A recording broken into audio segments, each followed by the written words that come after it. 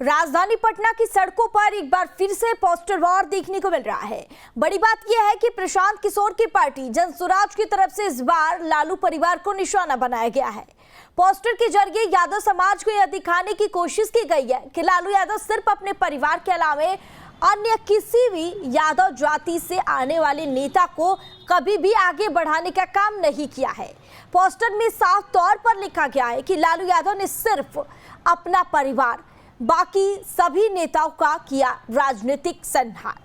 बिहार की राजनीति में लालू परिवार पर कोई लगातार हमला बोल रहा है तो वो है प्रशांत किशोर और उनकी पार्टी की नेता अपर्णा यादव। कहा जा रहा है कि प्रशांत किशोर ने जनसुराज से जुड़ी हुई महिला नेता अपर्णा यादव को आगे बढ़ाते हुए यह दिखाने की कोशिश कर रहे हैं कि जनसुराज से यादव जाति से आने वाले लोग भी काफी संख्या में जुड़ रहे हैं।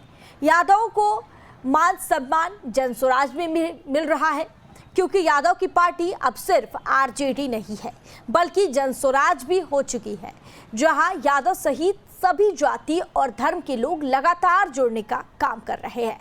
और अब इसी को लेकर बिहार की सड़कों पर जो है वह पोस्टर वार देखने को मिल रहा है और इसमें प्रशांत किशोर ने पोस्टर के जरिए लालू परिवार को निशाना बनाया है।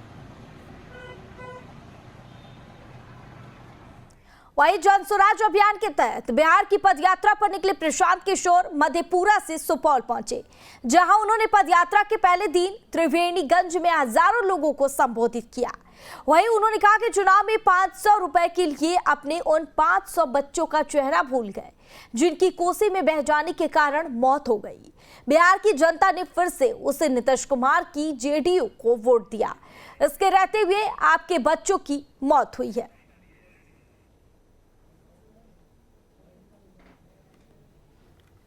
पीछे अपनी ताकत, बुद्धि, शक्ति, व्यवस्था लगाकर उनको नेत्री बनाने का जो अभियान है वो शुरू किया है।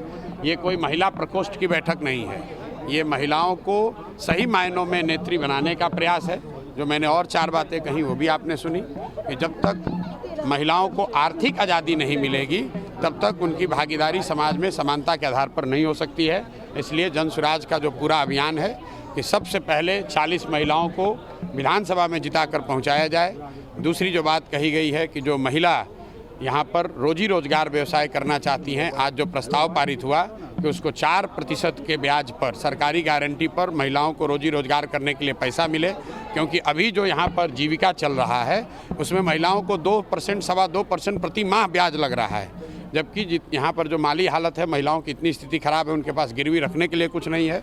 तो सरकारी गारंटी पर महिलाओं को पैसा मिले ताकि वो अपने घर घर रोजी रोजगार कर सकें, ये दूसरी घोषणा की है। तीसरी घोषणा जो सबसे महत्वपूर्ण है, जो गांव-गांव से करते आए हैं कि 2025 में जब जनता की सरकार बनेगी, जनसुराज की सरकार बनेगी, तो साल भर के अंदर बिहार से किसी भी बच्चे को, किसी के बेटे, किसी के पति, किसी के बाबूजी, भाई भतीजा को मजबूरी में 10-12 हज़ार रुपये के रोजी रोजगार के लिए बिहार छोड़कर जाना नहीं पड़ेगा। इसका पूरा ब्लूप्रिंट हमने जारी किया है।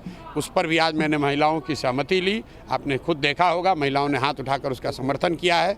और अंतिम और बात जो हमने आज यहाँ कही है कि अगली बार जब आप वोट दीजिए तो वो नेताओं को देखकर नहीं, नेताओं के बच्चों के लिए नहीं, अपने बच्चों के लिए वोट दीजिए। और उस पर सारी महिलाओं ने खड़े होकर उसका समर्थन किया। लालू नीतीश और मोदी को वोट देने के लिए आपने अपील किया है। लालू नीतीश और मोदी को नहीं वोट देने नहीं, मैंने आप मेरा वक्तव्य सुन लीजिए। मैं पिछले 2 साल से जो कह रहा हूँ, मैं लोगों से पूछता हूँ कि अब सब सुनने के बाद बताओ कि लालू जी का राज चाहिए, नीतीश जी का राज चाहिए, मोदी जी का चाहिए, कि जनता का राज चाहिए। लोग कहते हैं जनता का राज चाहिए।